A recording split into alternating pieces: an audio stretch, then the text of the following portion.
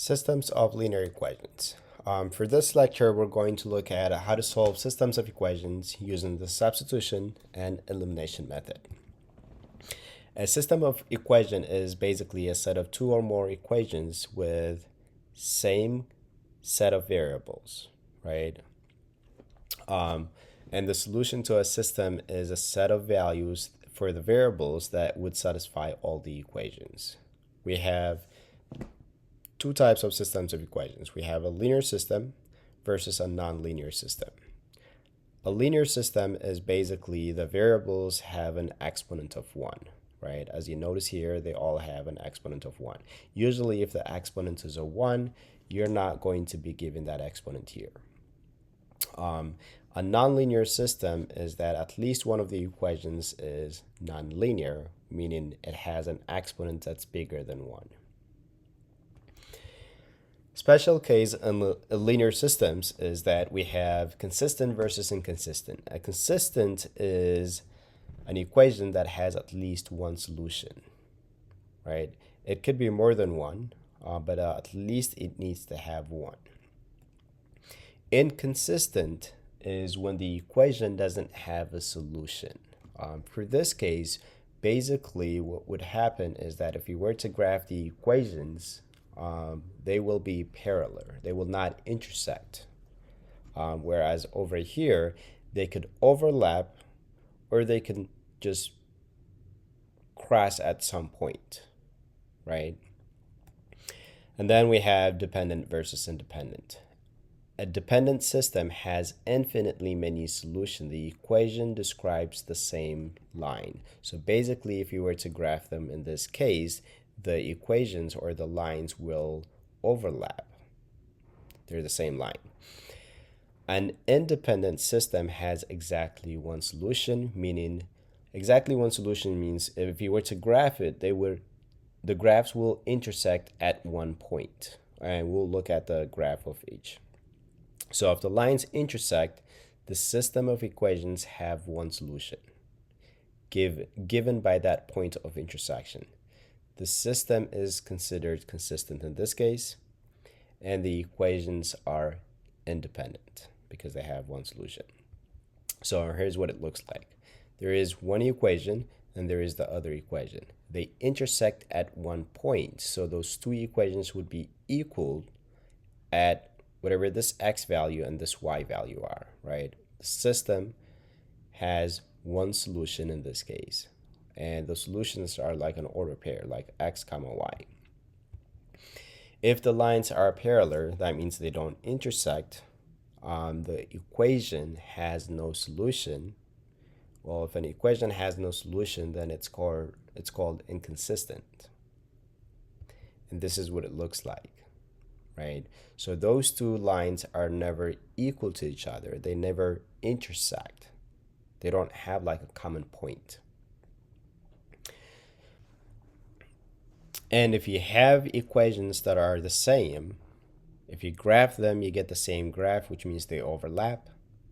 Those type of equations will have infinitely many solutions. The system is considered as consistent and the equations are dependent. Here's what it looks like. Equation line 1 and then line 2. They overlap. As you can see, they go through a pair of points right here, right? This would be a solution, this would be a solution, and this would be a solution. So you have many solutions because they overlap throughout the whole line.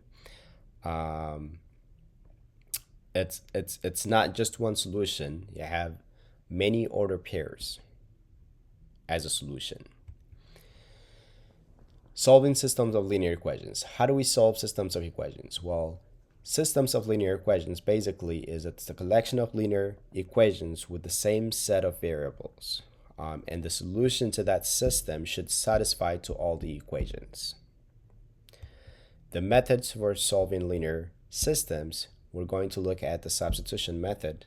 That's where you solve for one of the equations for one variable and you substitute the result of that variable into the other equation and then you solve for the other variable. Elimination method is you basically decide to eliminate one of the variables in this case, And to do that, you may end up multiplying one or both equations to satisfy that. Solutions to systems of linear equations. There are three possible types of solutions to a system of linear equations. You could have a unique solution. The system has exactly one solution, and this happens when there is only one intersection. If the lines intersect at a single point, that's a unique solution. That's the pair, the order pair that makes both equations true. Or you could have no solution. Well, the system has no solution if the two lines don't intersect or they are parallel lines. Or you could have infinitely many solutions. That's when you have the same equations, basically. The two lines intersect, right? Or sorry, not intersect, overlap. So if two lines overlap or they are the same equation, when you reduce them, you have infinitely many solutions. All right, let's look at how to solve systems of equations using the substitution method. We have a couple steps that we have to follow through. Step 1, if possible, solve at least one equation for one variable. Step 2, substitute the result into the other equation to replace one of the variables and solve for the variable. Step 3, you substitute the value from step 2 into equation in step 1 and solve for that remaining variable.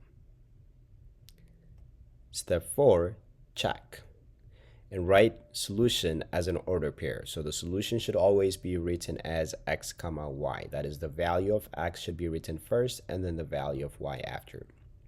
So let's look at this equation here. Let's say we want to solve the system equation here for x and y, right? Solve this equation means you have to find the value of x as well as the value of y. So first step is we're going to label them as equation 1 and equation 2. And what we're going to do is we're going to solve the variable y in equation 1 first. It's easier to solve for that because it doesn't have a number here other than 1. So that means we're going to take that first equation. Let's solve for y. So it's going to be easier to add the y over to the other side, make our y positive, and you get this equation here. And then to get y by itself, just subtract 21 on both ends. We know what y is equal to. That is step number 1. Step number 2 says, well, we use the first equation to come up with the solution. Now we're going to take what y is equal to and plug it into the other equation, into this equation, but in place of y.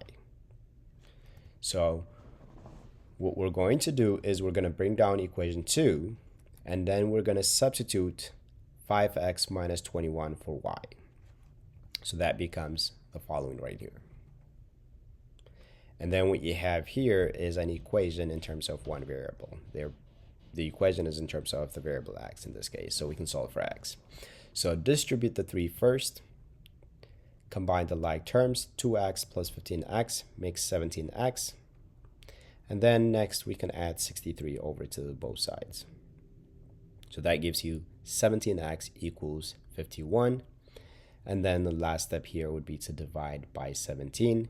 You get x equals positive 3. So we know the value of x is 3, but we also need to know the value of y.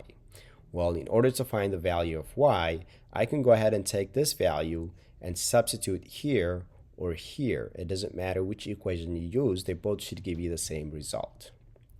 But it's easier to just plug it in here, plug in the value here because y is already isolated. So we're going to take this equation and move it over there, and let's substitute 3 for x. So if I substitute 3 for x, I get this. Multiply those two, that gives you 15 minus 21, which equals y. So that means y is going to be equal to negative 6 in this case. So the possible answers are x equals 3 and y equals negative 6. And make sure you check your solution. plug in 3 for x, and plug in -6 for y.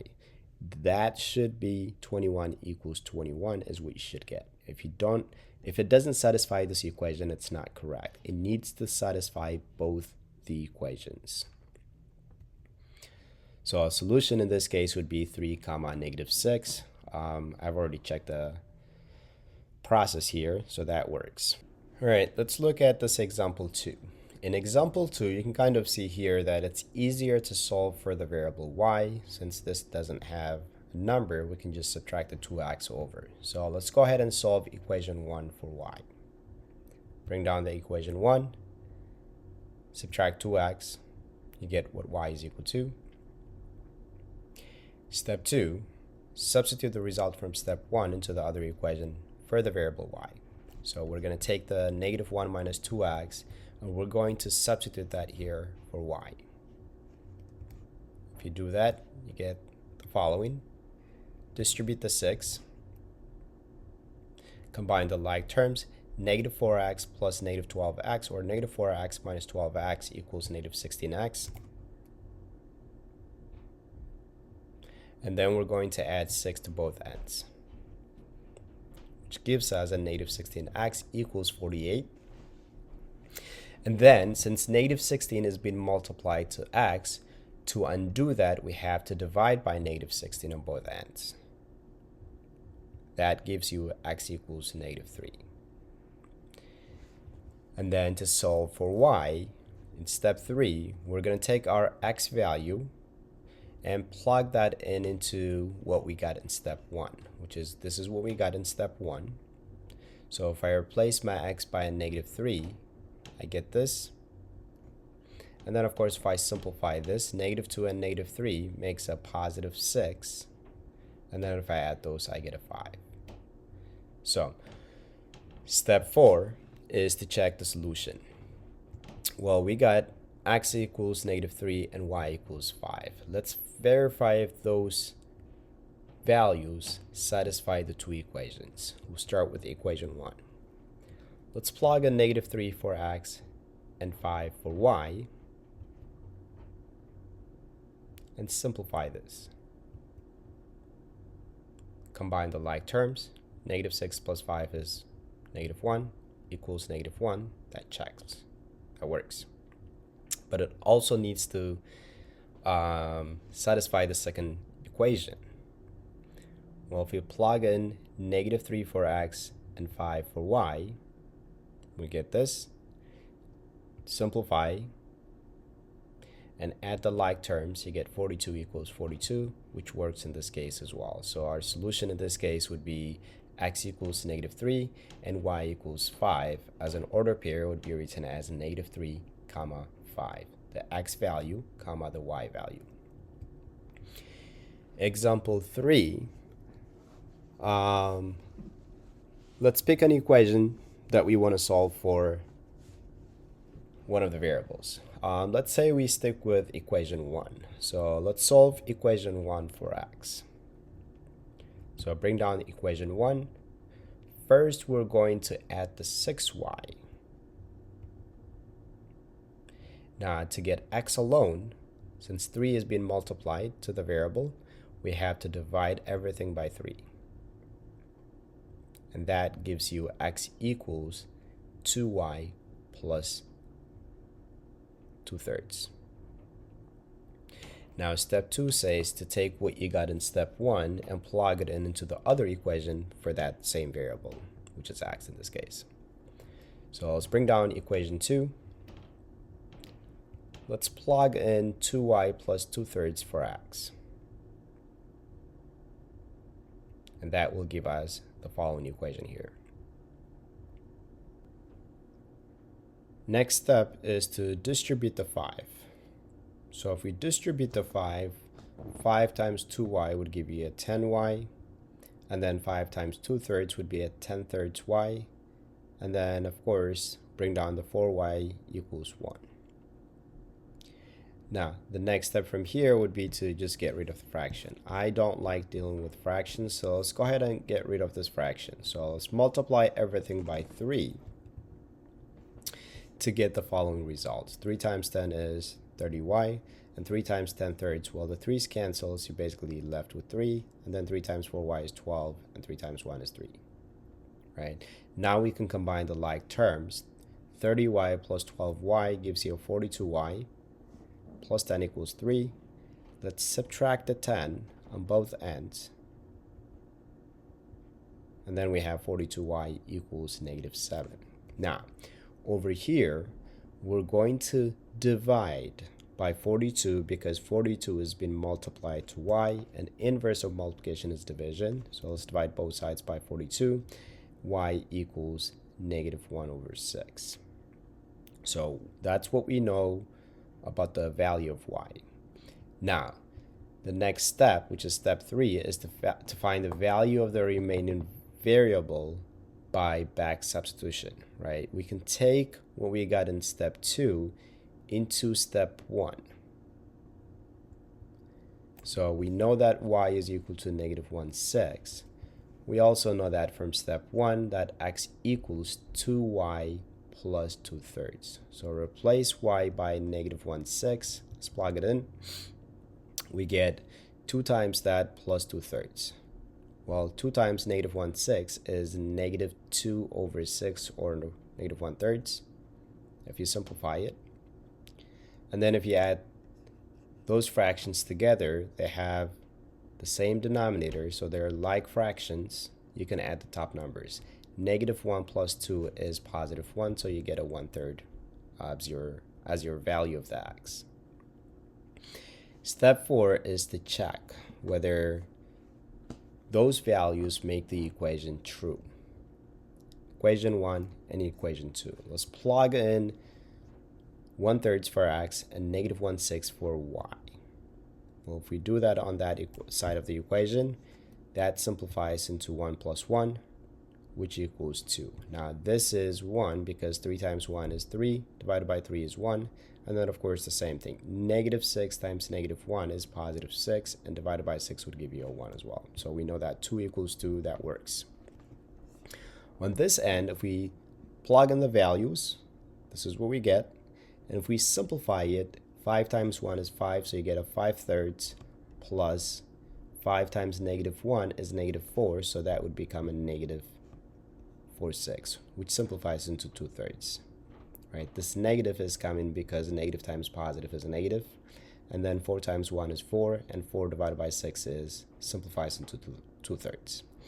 We have like denominators, the bottoms are the same, so we can subtract the top numbers. 5 minus 2 is 3 over the same denominator, and 3 divided by 3 is 1, so 1 equals 1. That works as well.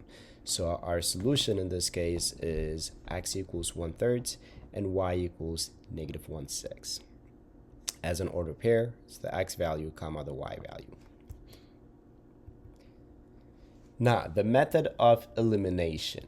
That is the second method that we're going to use. And this works kind of similar way, but we have to eliminate one of the variables first. So the steps that we're going to follow for elimination method are the following here. So we're going to make sure the equations are written in standard form. That is, the x variables are written first, and then the y variable, and then the constant is always on the other side. So make sure the equations are vertically aligned, x with x and y with y. Step 2, pick a variable that you want to eliminate and make sure the coefficients are opposite. Right? The numbers that are being multiplied to the variables are the same number but opposite signs.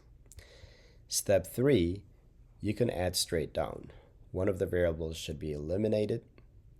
And then step 4, solve the resulting equation for the variable. And then step 5, substitute the value in step 4 into either the original equation, doesn't matter which one, and solve for that remaining variable. Step 6, write solution as an order pair, and feel free to check your solution as well. All right, let's look at this example here using the elimination method. So according to the elimination method, we have 6 steps that we have to follow. Step 1 is to make sure the equations are written in standard form. That is, the variable x, the term with the variable x should be written first, and then the term with the variable y, and then the constant on the other end. Step 2 is to decide which variable you want to eliminate, right? So if you want to, for example, if we decided to eliminate the variable x, I want the two numbers here to be the same, but just opposite sign here. Since this is positive 2, I want this to be a negative 2. So that means I would have to multiply the whole equation by 2. If I decided to eliminate the variable y, then I need to have a negative 3 here, the opposite of this sign number. So that means I would end up multiplying the whole thing by a negative 3. So let's suppose we want to eliminate the variable x. So that means we're going to multiply equation 2 by 2. And let's do that. If we do that, we get this new equation, negative 2x plus 2y equals negative 6. So our two equations in this case would be the following here. Now, step 3, we're going to add vertically down. So that's the new equation that we came up with. So if we add vertically down, the variable x is going to be eliminated. And then you're left with 5y equals negative 5. Step 4 says to solve the resulting equation for the variable. So we're going to solve what we have in step 3 for y. So divide both sides by 5, you get y equals negative 1. Now, according to step 5, we can substitute the value of the y into one of the two equations. It doesn't matter which equation you pick from the original, replace your y by a negative 1 or plug a negative 1 for y and solve for the remaining variable. So let's suppose we pick equation 1. If I substitute negative 1 for y, I get the following equation. 3 times negative 1 is negative 3, so you get 2x minus 3 equals 1, and then we can add 3 to both ends to get 2x equals 4. To get x alone, we can divide both sides by 2 to get x equals positive 2. So we know the x value is 2 and the y value of negative 1. Step 6 states to write the solution as an ordered pair. Well, I need to double check first, make sure those values satisfy the two equations. So let's go ahead and check. Let's plug in 2 for x and negative 1 for y for equation 1 first and see if that is true.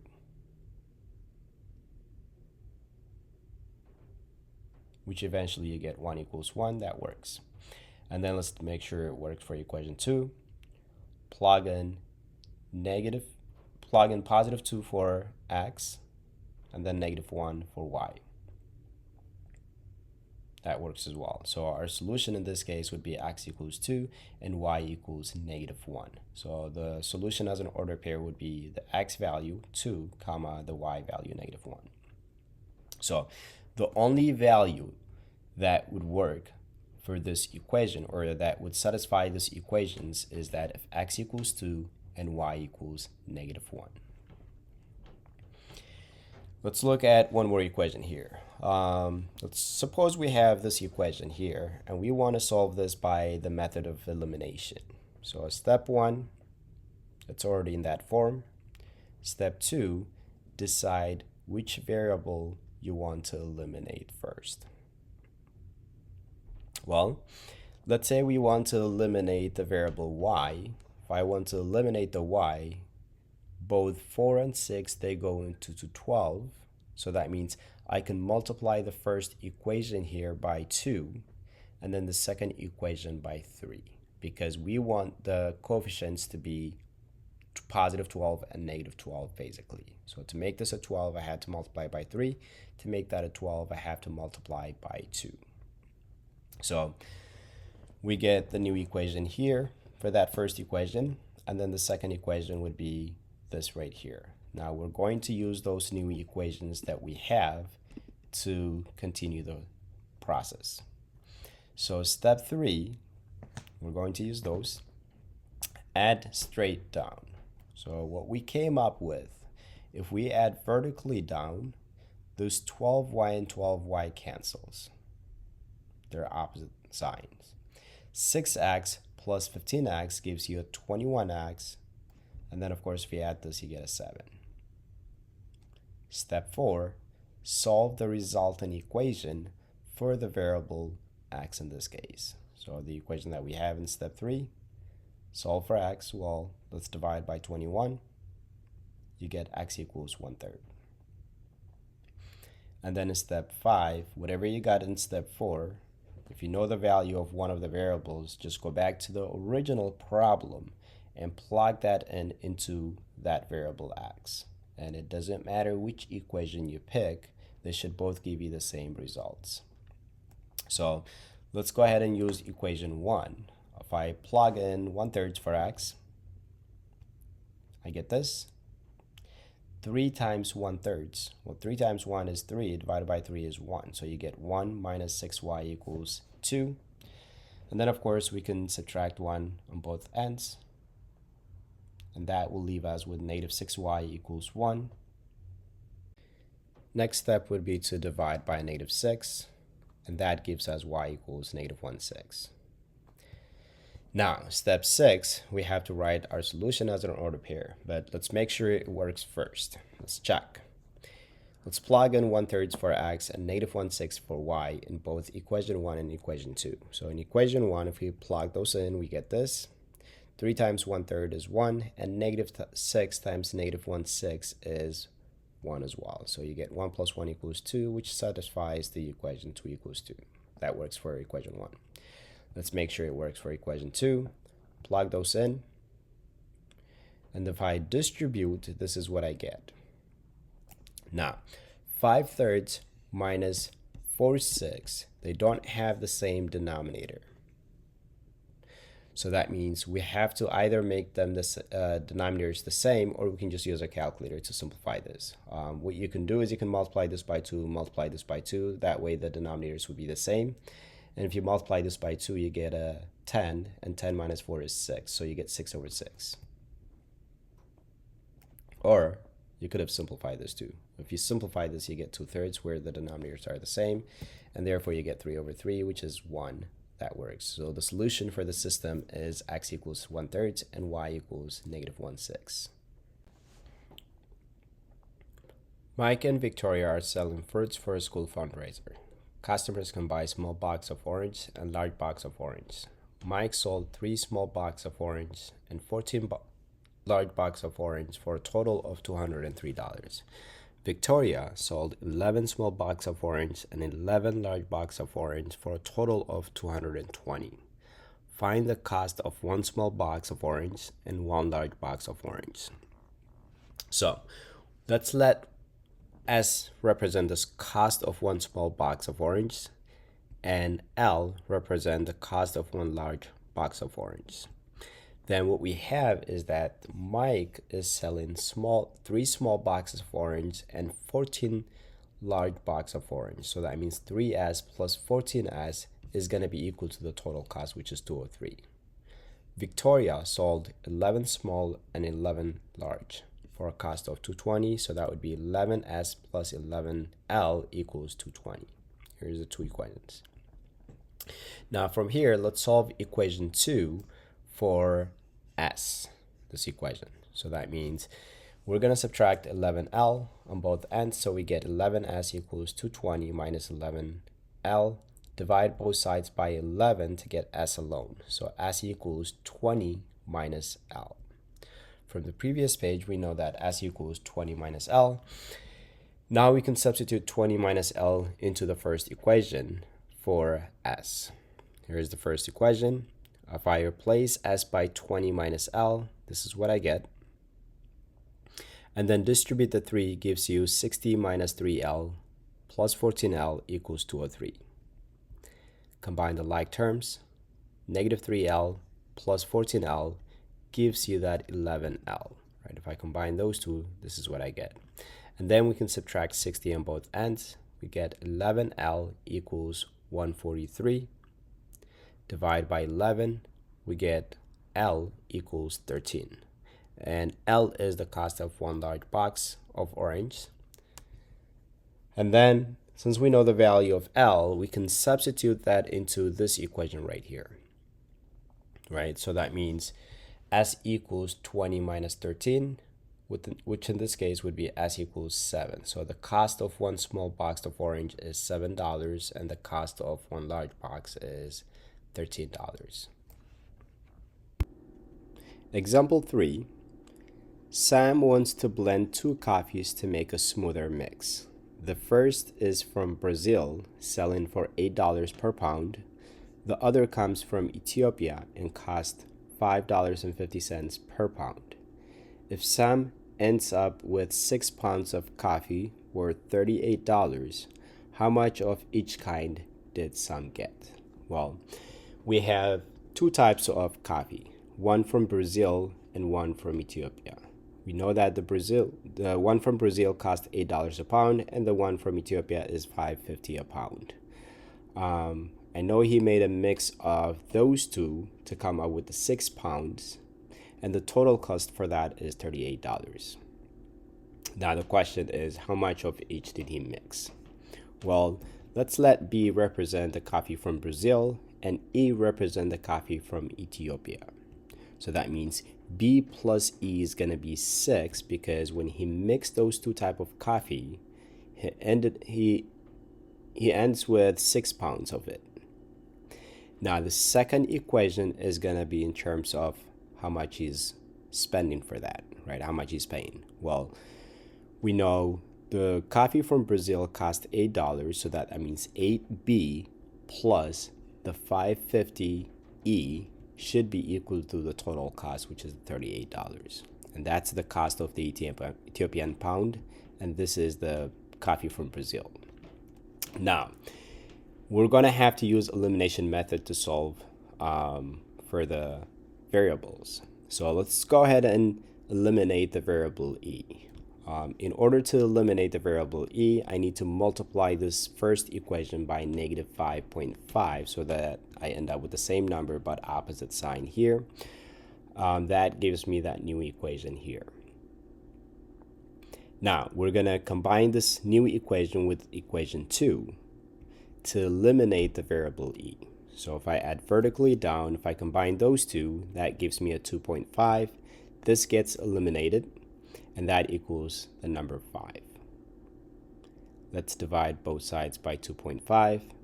We get B equals 2 pounds of Brazilian coffee. Well, if it ends up with 6 pounds of coffee, that means the 4 pounds would be from the Ethiopian coffee.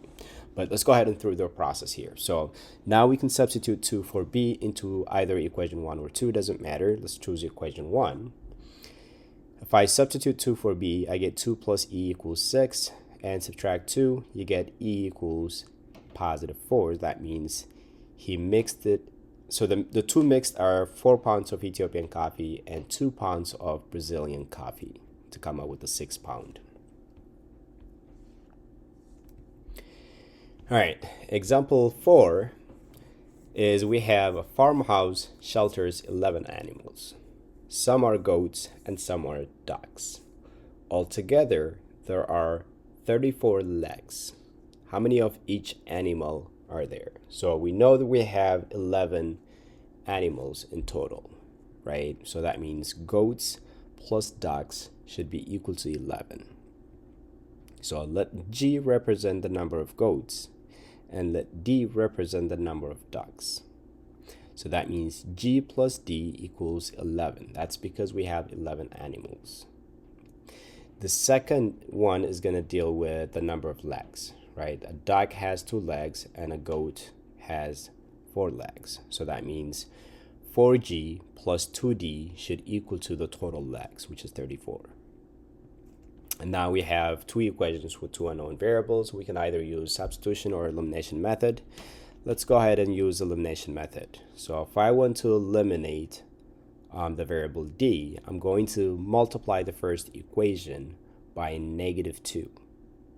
Now, why did I choose negative 2? Well, because the coefficient here is 2, I want this coefficient to be negative 2. So that's the only way to get that negative 2 is if I multiply the whole thing by negative 2. Let's go ahead and do that. We come up with a new equation. Now we're going to add that new equation with equation 2 to eliminate that equation or the variable d. Right? Negative 2g plus 4g gives you 2g. 2d's cancel, and then you'll end up with 12 over there. And then if you divide both sides by 2, you get g equals 6. That means there are 6 goats in the farm. Now to find the number of ducks, we can go ahead and substitute 6 for g into either equation 1 or 2. So let's choose equation 2. If I replace my g by 6, I get 24 plus 2d equals 34. Subtract 24 on both ends. 2d equals 10. Divide them by 2 gives you that d equals 5. That means there are 5 ducks in the farm altogether. Molly's Custom Kitchen Supplies sells handmade forks and spoons. It costs the store $1.70 to buy the supplies to make a fork and $1.30 to buy the supplies to make a spoon. The store sells forks for $5.60 and spoons for $5.40. Last April, Molly's Custom Kitchen Supplies spent $37.90 on materials for his forks and spoons. They sold the finished products for a total of $147.20. How many forks, how many spoons did they make last April?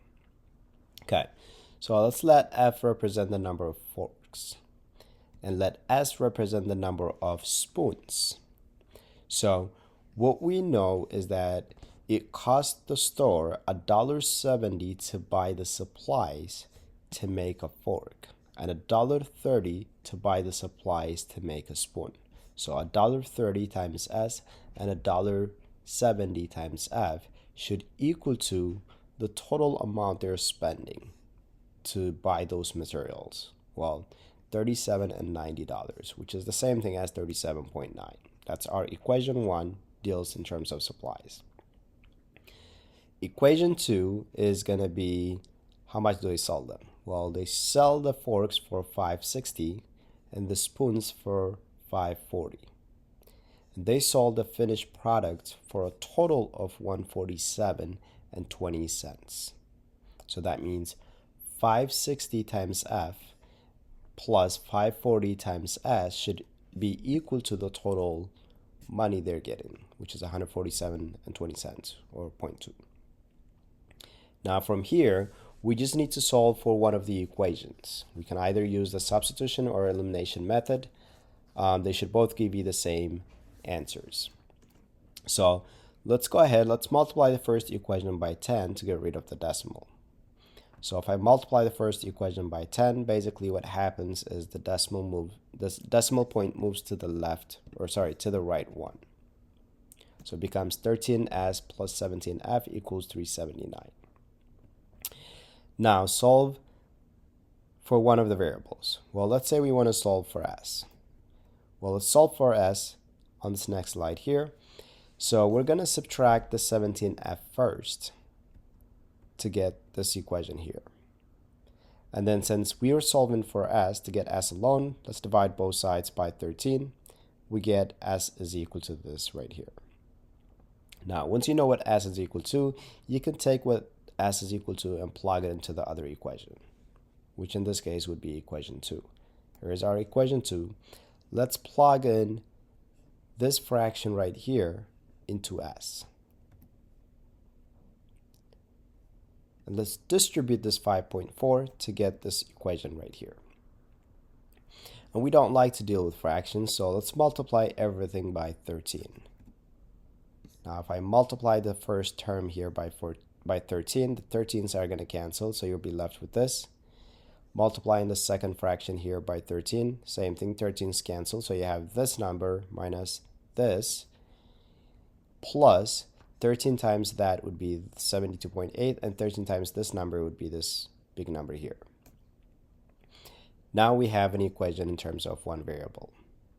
Combine the like terms, negative 91.8f plus the 72.8f gives you that 19F with a minus symbol here.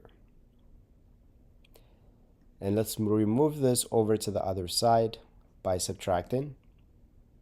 We get negative 19F equals negative 133. Divide both sides by negative 19 to get F equals 7. So the number of forks in this case is 7. Since we know what F is equal to, we can substitute that into this equation right here and solve for S. All right, so if I plug in 7 here, I get the following expression here. And then if I simplify it, this is what you get. 17 times 7 is 119. They have common denominator. They're the same bottom numbers. We can subtract the tops. So that gives you 260 over 13, which is 20 in this case. So that means the number of spoons in this case would be 20. So we have 7 forks and 20 spoons as our answer. Example 7. With the tailwind, a plane can fly 960 miles in 3 hours.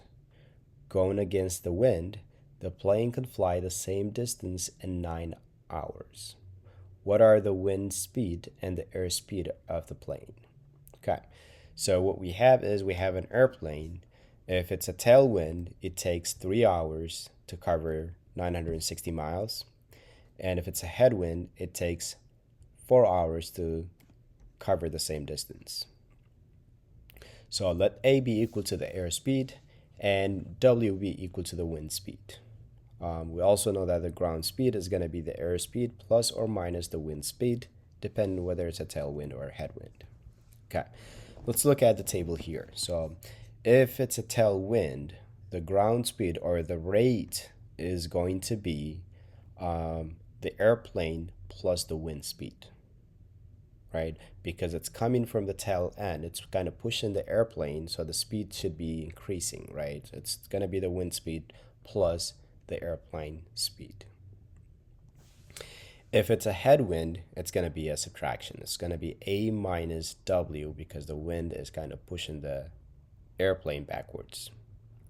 The time it takes to cover that 960 miles, if it's with a tailwind, is 3 hours. And then with the headwind, it's 4 hours. The distance is going to be rate times time. So your rate times the time, so 3 times A plus W. And then for this one would be 4 times A minus W. So this is what we have. Now we know that the distance that is covered by the airplane within that 3 hours is 960 miles. So you take this distance and you set it equal to 960, and then you do the same thing with this one. Because it's covering the same distance, we can set it equal to 960 as well. Now, we have two equations with two unknown variables. So we're going to use either the substitution or elimination method. Let's go ahead and divide the first equation by 3. That gets you A plus W must be equal to 320. And then we can do the same thing with the second equation. Divided by 4 to get this following equation here. And looking at this equation, the easier way to solve this would be by elimination method, right? You can add vertically down. And kind of notice that here. They're opposite sign, and then they both have the 1 here. So if I were to add vertically down, this W is going to cross out. A plus A is 2A equals, and then if you add this, you get 560. Divide both sides by 2, you get A equals 280, where A represents the airplane speed, so we know the airplane is going at 280 miles per hour. Now, we can take that A value and plug it into either one of those two equations, right? Let's say we decided to put it into the first equation. So I'm going to take that first equation here and substitute 280 here for A, which gives you this equation right here. And then to isolate the variable W, we can subtract 280 on both ends. You get W equals 40. So that means the wind speed is at 40 miles an hour. So our airplane is traveling at 280 miles an hour, and then the wind speed is at 40 miles per hour. You and a friend go to Tacos Galore for lunch. You order 3 soft tacos and 3 burritos, and your total bill is $11.25. Your friend's bill is $10 for 4 tacos and 2 burritos. How much do soft tacos cost, and how much do burritos cost? So what you ordered is you have 3 tacos and 3 burritos, right? And you're paying a total price of $11.25. So the equation that we can make out of this is that we have 3T, T for taco, and then 3 burritos, which is 3B, B for burritos, should equal to that $11.25. Whereas your friend is getting 4 tacos and 2 burritos for a total cost of $10. So that means the equation for this would be 4T plus 2B should equal to 10. So we have 2 equations with 2 unknown variables. Let's use elimination method to solve this for the variable b and t. So I'm going to eliminate the variable b. If I want to eliminate the variable b, I want those 2 numbers to be the same but opposite sign. So that means I can multiply the first equation by -2 and multiply the second equation by 3 to satisfy that. So let's go ahead and multiply the first equation by a -2, and that gives me the following equation. And if I multiply the second equation by 3, I get this right here. Now, we can add vertically down, and notice here, if you add those 2, you get a 0. So that basically disappears. -6t plus 12t, that gives you a positive 6t. And then equal to, if I combine those 2, I get a positive 7.5 or 750. Now to isolate the variable t, we can divide both sides by 6, and that gives you t equals $1.25. Now, since we know the value of one of the variables, we can take either one of those 2 equations. It doesn't matter which one you take. Let's use this right here. I'm going to use that equation, and I'm going to plug in the value of t right here. And that gives me the following right here. And 4 times $1.25, that turns into a $5. So you get a 5 plus 2b equals 10. And then as you notice here, the equation is in terms of one variable, so we can solve for b. So let's subtract 5 on both ends. 2b equals 5, and then we can divide both sides by 2 to get b equals $2.50 or 2.5. Now, what is t equal to? Well, t represents, first of all, for the soft tacos, right? So for 1 soft taco, the cost is $1.25. And of course, for 1 burrito, the cost is $2.50. All right, example 9, we have 2 cyclists start from the same point and ride in opposite directions. One cyclist rides twice as fast as the other, and in 3 hours, they are 72 kilometers apart. Find the rate of each cyclist. So this problem deals with distance, right? Distance equals rate times time. So in this case, we know that the cyclist here, let's say this cyclist is going at the rate of r, right? The other one is going twice as fast, so that means it's going 2r. Now, let r be equal to the rate of the first cyclist. So that means 2r would be the rate of the second cyclist because he's going twice as fast. So the distance after 3 hours, right? Their distance, they are 72 kilometers apart after 3 hours of biking. Well, let's make a table. The rate of the first cyclist, we're saying is r. The second cyclist is going twice as fast, so this is going to be 2r. The time, well, we're talking about 3 hours, right? So they're riding for 3 hours, both of them. And the distance they cover, well, distance equals rate times time. So you basically multiply those 2. For the first cyclist, it's going to be 3r. For the second cyclist, it's going to be 3 times 2r, which is 6r. Now, the total distance The distance this bicyclist or cyclist covers plus the distance this cyclist covers should be equal to 72 kilometers after 3 hours. So that means 3R plus 3 times 2R should equal to the total distance they are apart after 3 hours. And then we can go ahead and simplify this. Well, 3 times 2R is going to be 6R. And then if I combine the like terms here, 3R plus 6R gives you a 9R. And then we can divide both sides by 9. And R, in this case, is equal to 8. So that means the rate of the first cyclist in this case would be 8. Well, how do we find the rate of the second cyclist? Well, it's going to be twice as fast, 2 times R. So in this case, it would be 2 times 8, which gives you 16 kilometers an hour.